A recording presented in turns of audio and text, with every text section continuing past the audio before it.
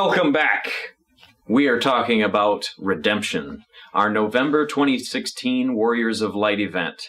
And now we want to talk about somebody who was at our LARP for the very first time, Austin. And he brought an amazing character named Klaus, a Brionian vanguard, and everybody really, really enjoyed him. Mm-hmm. I mean, what were your thoughts from being a player character and getting to interact with this character? Well, like one of the fun things about it is you were actually one of the first characters I kind of like even became interested in, or we in a sense like I'm the first person that actually as a character that went out with anybody. You were there, so a lot of that is interesting from the fact that who Klaus was, because at first I'm like, well, I need someone to protect me while I'm out there trying to gather materials for my craft.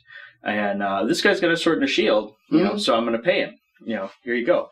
Well, not only that, but when we got out there, we kind of got into like some interesting conversation, and just your mannerisms and stuff like that. I felt like we flowed really good, and it was very interesting from that point. As far as the progression throughout the event, Klaus did some really cool things that was really actually kind of struck Osmahar, because Osmahar wasn't somebody who was very like he wasn't somebody that was going to die for somebody else. And he wasn't somebody that was even going to really risk harm for somebody else unless there was something to gain from it. Klaus did a few things like, with his conversations and like things that you did where it was like, man, this guy's, almost put me to shame a little bit, and kind of almost changed my character a little bit to kind of be like, that's an example of a hero, and that's something I'm not. So it kind of shamed me in a way just by seeing that, in my character. So it was kind of fun to feel that. Yeah. And, but yeah, Klaus definitely had a presence about him. And I noticed that not only me, but when situations would happen, people would instantly like, where's he at? Okay. Yeah. Like, where's he at? Like, people were instantly reflecting off of you a lot. So it was very cool. I thought as a first-time player, you were very refreshing. Like we were saying, you were obviously a veteran role player. You've done this before. I loved viewing the situations. You were very reactionary, which is very cool. It's something that sometimes new players struggle with, but getting into those emotional moments and reacting to them. I think a lot of people found that so refreshing. Yeah. I did, especially. I didn't maybe get to see you a whole lot, but watching footage and stuff like that, I'd sit there and go, wow, Austin was really into that moment, was really contributing to the story, it was awesome. Yeah, to put a finer point on that, I mean, you really invested. You could tell that you invested in it. Like, I got to see a couple of parts, like after everyone came back from encountering the dragon. It was like, wow, he was invested in that, and that's something where you'll see, a lot of the times some people can just kind of become a wallflower to big events, whereas, your character was there, he was in the world, and that's something that's really great too, because even when it's not just a big emotional reaction, I noticed there were a lot of times where you were pointing things out in the world and really kind of fleshing them out. Where it might just be a little prop here or something that, where your character would kind of analyze it and really think of its place in the world. And you could tell that was going on a lot, which just brings depth and immersion to everybody, because then they look at that and they're like, oh, yeah. Oh, I'm immersed. Now it brought me right into the world. Right there. Right. So that was really awesome to see. And I mean, it was from my angle, of being the GM, you want those people who bring everybody else in and say, hey, look, I'm in the world. Let's be in the world, because not that they're wooing anybody by what they say, but what they're doing, you know what I mean? Right. Is very immersive. And so very, very good job on that. Thank you. The Klaus character, he is supposed to be mercenary. Yeah. He's Brionian's been sent here for whatever reason. I'll let the other players figure that out. He's the kind of guy that, you want me to do something? Pay me. Yeah. And then when everybody's looking, he'll pet the kitten. Yeah. Exactly. It's that kind of character that I was trying to demonstrate to the world, that there's not just the guy with the sword and the shield, and the upstanding, upright individual. He definitely wasn't just that. And the character Klaus himself here again wants to be paid. Yeah, he wants to do things. He wants to see the world for what it is. He's lived in a city. Oh yeah, and now he's in this place. It's dirty. There are the Walking Dead running around. Yeah. There are goblins, there are monsters, and he has skill with a sword and a shield, and these people wandering around with huge spells to bring these creatures down, and meanwhile he has to beat them down with his sharpened stick, essentially. And he's put himself in a place where great things happen, with great powers around him, and he's kind of insignificant. Yeah. And that's what I'm trying to portray to everybody around. And he finds interest in these little things. Yeah. Like, that is the biggest rat I have ever seen. Right.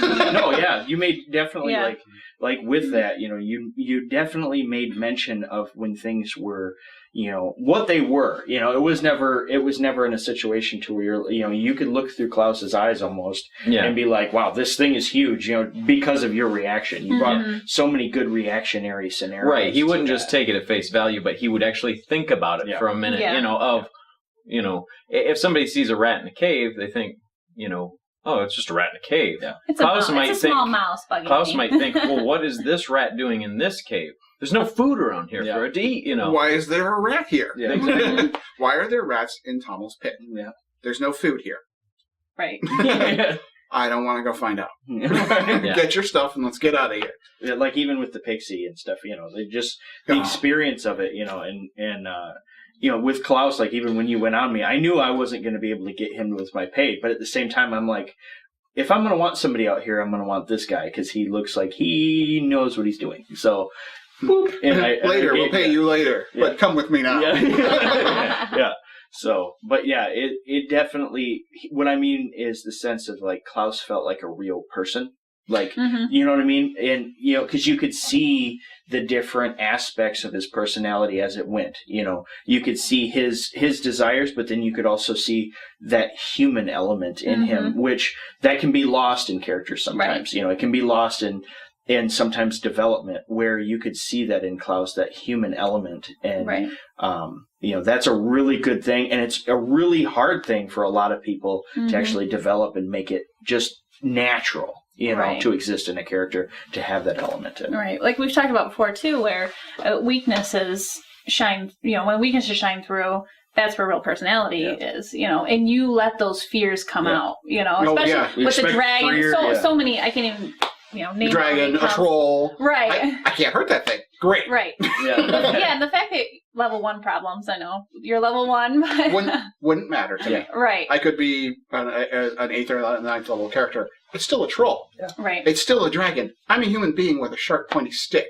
It's going to eat me. Exactly. And that's a sign of a veteran role player too, is to recognize, hey, I should be scared of this. I am scared of this. I'm terrified of this. And I'm going to show that I'm also scared of this is another big part of it, Not just saying, oh, I am scared. I'm going to act tough, That's very true because a lot of folks that are new to the hobby, you see they want to make Superman. Yep. Yeah. I'm not afraid of anything. And that's where you lose that human living element. Right. You're trying to create a superhero, not a person. Yep. Right. There's a big difference. But it's really cool when a person ends up becoming a hero. Right. When a hero is a hero, they never changed. But that development of a person becoming a hero, that's the interest. And that's what people want to see, is that real life struggles, those real life conflicts, those real life dilemmas in people's minds and people's reactions. And that's something Klaus definitely had. And you could see that. And it made him so interesting. He didn't even have to say a word. And he made him interesting because of that. Mm-hmm. Yeah. And a lot, like you said, a lot of people want to come out and be Superman or Wonder Woman, and I fear nothing. And that's actually counterproductive. It is, yeah. Counterproductive to your story. If you've already reached your pinnacle, you have nothing to develop. Yeah, what do you do? Now what? Okay, you don't fear the dragon. Now what? Yeah. Now what? And there are forces in the world that you can't control. And I think that comes with age and experience, is learning how to be a human, but not yourself. Yeah. Mm-hmm. Right. And that's really, really hard to do. It took me a couple of years, but then again, I was a much younger individual and not as experienced as I am now. I think a good question to ask you, because you've been to one of our events so far. Yes. You're a brand new player. You're on WOL Talk right now. And I think what we would want to know is, what were your first impressions of Warriors of Light? How is it different from other LARPs you've been to? Okay. It's difficult to compare. The first fantasy LARP I went to, they have their own land. They have an evolved story. The game had been running for 15 years already before I set foot in it. Wow. So it had a significant depth and whatnot. Your LARP, your story, because it's not really a LARP. It's actually, you guys have gone beyond the LARP. LARPs, I consider LARPs like Daga here. It's not really a story. It's a bunch of guys that go out in a field with some tennis balls and some swords and smack on each other. Yeah. Nero. Nero is a LARP. People they have really nice costumes, really excellent makeup. People go crazy in this LARP. And they go out and they smack on things, gain money, gain power, paper power, and not oriented on a story. Warriors of Light has already jumped beyond that. I assume that was initially something that happened. People went out, got stuff, and got more powerful. You guys have evolved to become a story, a living, breathing story, and your costumes help that. The quality of role players you have, I have seen only one other time, and that was in a vampire LARP. Wow. Your role play, your role players, not just the staff, but I mean the people who play, like Xylia.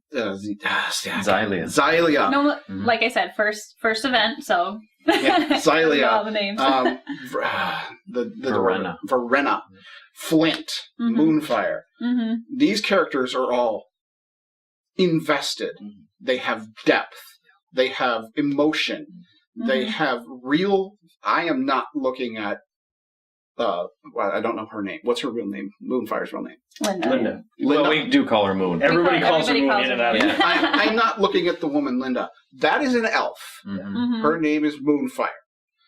And this is her husband, Flint. This guy, is his name Michael? Yeah, Mike. Okay. He is a fantastic role player. I mean, I did not for a moment did I believe that he is a guy that lives down the street. Not for a second. The land you play on is beautiful. It probably helped that it was fall. Oh yeah. And you had the leaves falling down when you're walking down the path and the sun shining through the trees. The inn is fantastic. The inn is absolutely fantastic. That cabin with the sleeping arrangements in it gives it a real living, breathing feel to it. Beyond that, your storyline is fantastic. I've only just probably scratched the very surface of it and what I've seen. But your introduction of Brimful the Jealous, fantastic. Not something to fight. It's a force of nature. It's not evil. Or is it? We don't know. I'm not even sure. And I really don't want to know. I want to find that out in the story. And a lot of people in other LARPs don't look for the story. They're there to make themselves feel better. And your LARP your story is not that. It is a living book.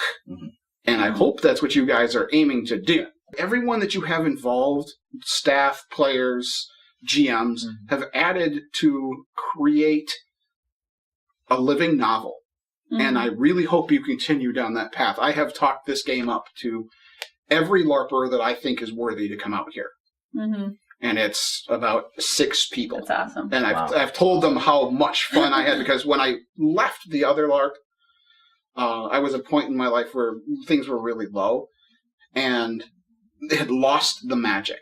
And I don't know if I told you guys before I left, but I found that magic here again when I walked out onto the land, looked down the trail, and the rest of the world fell away. And then I was walking up on the Iron Wolf Inn, and there were people standing around, talking. I didn't even notice the GM was standing there until I came up and sat down at the table and dropped out of the character for that time period to do the paperwork. And then as soon as I walked away from it again, wham, I was right back in it.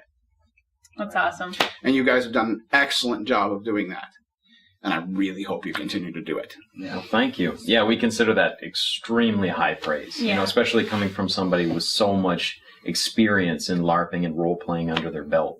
You know, so thank you for that. We appreciate it. No, thank you, man. Yeah. And you gave me back hope that there are places in the world that still contain that kind of magic that can take you away from everyday rigmarole. You can find those things, you know, you sit down and watch a football game or watch a baseball game, and you get sucked up in that moment.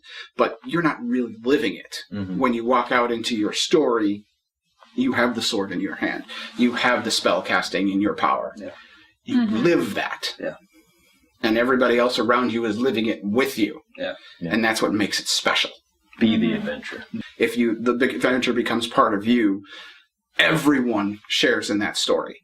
And that's where you want it to be. And that's where you've got it. And you should keep going with that. Yeah. All right. Well, thank you very much. We appreciate it. And that's all we've got for this time. Thanks for joining us. Once again, we're talking about our redemption event. It was November 2016 for Warriors of Light. And so thanks for joining us and listening to us ramble on. We appreciate it. And we'll see you next time.